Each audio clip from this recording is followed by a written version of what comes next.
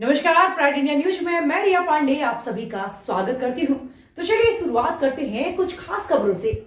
नेपाल के पानी से तबाही का मास्टर प्लान वाला कार्ड प्रेम चौधरी ने खेला। नरकटियागंज वाल्मीकि नगर लोकसभा उपचुनाव को लेकर विभिन्न दलों के प्रत्याशी शहर शहर गांव-गांव गली मोहल्लों में घूमते दिखाई दे रहे हैं। वाल्मीकि नगर में वर्तमान राजनीतिक परिस्थिति में परिवर्तन की लहर चल रही है, लेकिन इस लहर को और अब तब बल मिलेगा जब आप परिवर्तन चाहने वाले लोग एकजुट होकर मतदान करेंगे एवं एक एक वोट वाल्मीकि नगर के परिवर्तन के नाम पर गिराएंगे। उपयुक्त बातें प्रेम चौधरी ने कहा। रालोसपा के टिकट पर वाल्मीकि नगर क्षेत्र से उपचुनाव के लिए प्रेम चौधरी ताल ठोक रहे हैं। इसके पहले प्रेम चौधरी जदयू के नेता हुआ करते थे। जदयू से टिकट न मिलने पर प्रेम ने जदयू से नाता तोड़ लिया है। उन्होंने क्षेत्र भ्रमण के दौरान बताया कि मैं चुनाव नहीं लड़ रहा हूं, जनता के आदेश पर मैं मैदान में उतरा हूं। यह लड़ाई जनता के हवाले है और यह लड़ाई जनता लड़ेगी। किसी के खिलाफ मेरी लड़ाई नहीं है। जनता के सकारात्मक विचार का मैं उम्मीदवार हूं। आगे उन्होंने बताया कि मेरा अनुभव यही रहा है कि जो एक बार सांसद जीत कर चला जाता है वह दोबारा मुड़कर क्षेत्र में देखने नहीं आता है कि क्षेत्र की जनता को क्या तकलीफ है। लेकिन मैं इस व्यवस्था को बदलना चाहता हूं एवं आप सबके बीच में रहकर आपकी सेवा करना चाहता हूं। वाल्मीकि नगर लोकसभा उपचुनाव में प्रेम चौधरी ने नेपाल के पानी से तबाही का मास्टर प्लान वाला कार्ड खेला है।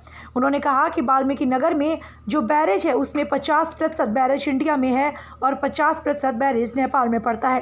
प्रत्येक साल नेपाल से विनाशकारी बाढ़ आता है, उसका नुकसान वाल्मीकि नगर क्षेत्र के लोग ज़्यादा उठाते हैं। यह अंतर्राष्ट्रीय मुद्दा है, चूँकि नेपाल का सहयोग मिलना चाहिए। इस मुद्दे को हम संसद में जरूर उठाएंगे और ज़रूरत पड़ेगा तो अंतर्राष्ट्रीय संसद में इसका मुद्दा उठाया जाएगा, ताकि हमारे यहाँ के जितने लोग बाढ़ से प्रभावित होते हैं, चाहे किसान लोग हों, मवेशी का नुकसान हो, गरीब लोग हैं, उसकी भरपाई के लिए अंतर्राष्ट्रीय संसद में इसका मुद्दा उठाया जाएगा।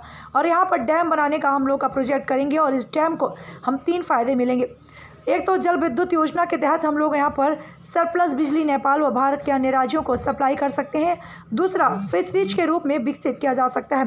तीसरा, सिंचाई के लिए उपयुक्त पानी हम लोग यही सही समय में अपने किसानों को दे सकते हैं। तो ये एक ऐसा अंतर्राष्ट्रीय मुद्दा है जिससे अगर ज़रूरत पड़ेगा तो इसके लिए जन आंदोलन किया जाएगा, ताकि हर साल जो बाढ़ का मुद्दा है इसका परमानेंट हल निकल सके। नरकटियागंज से bureau report, pride India news. वहीं रहता हूँ, मेरा घर वाल्मीकि नगर में पड़ा। आपको पता हो कि वाल्मीकि नगर जो बैरेज है उसमें 50% जो बैरेज है, 18 बैरेज जो गेट्स है वो इंडिया में आती है और 18 जो है नेपाल में आती है। हर साल जो बाढ़ के समय जो नेपाल से जो पानी आ जाता है उससे नुकसान काफ़ी हमारे क्षेत्र में होता है।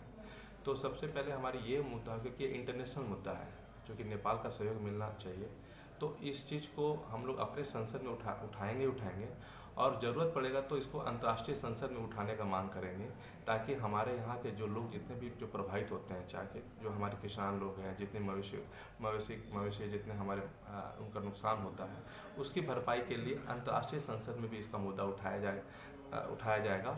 और यहाँ पे डैम बनाने का हम लोग प्रोविजन करेंगे और इस डैम से हमें 3 फ़ायदा मिलेंगे। एक तो जल विद्युत योजना के तहत हम लोग यहाँ पे सरप्लस इलेक्ट्रिसिटी दूसरे राज्य को या नेपाल को भी सप्लाई कर सकते हैं। दूसरा बात, फिशरी के रूप में इसको डेवलप किया जा सकता है, क्लस्टर फिशरी डेवलपमेंट के रूप में डेवलप किया जा सकता है। और तीसरा यह है कि सिंचाई के लिए उपयुक्त पानी हम लोग सही समय में अपने किसानों को दे सकते हैं। तो ये एक ऐसा अंतर्राष्ट्रीय मुद्दा है जिससे अगर ज़रूरत पड़ेगा तो इसके लिए जन आंदोलन किया जाएगा, ताकि ये हर साल जो बाढ़ का मुद्दा है इसका एक परमानेंट सोल्यूशन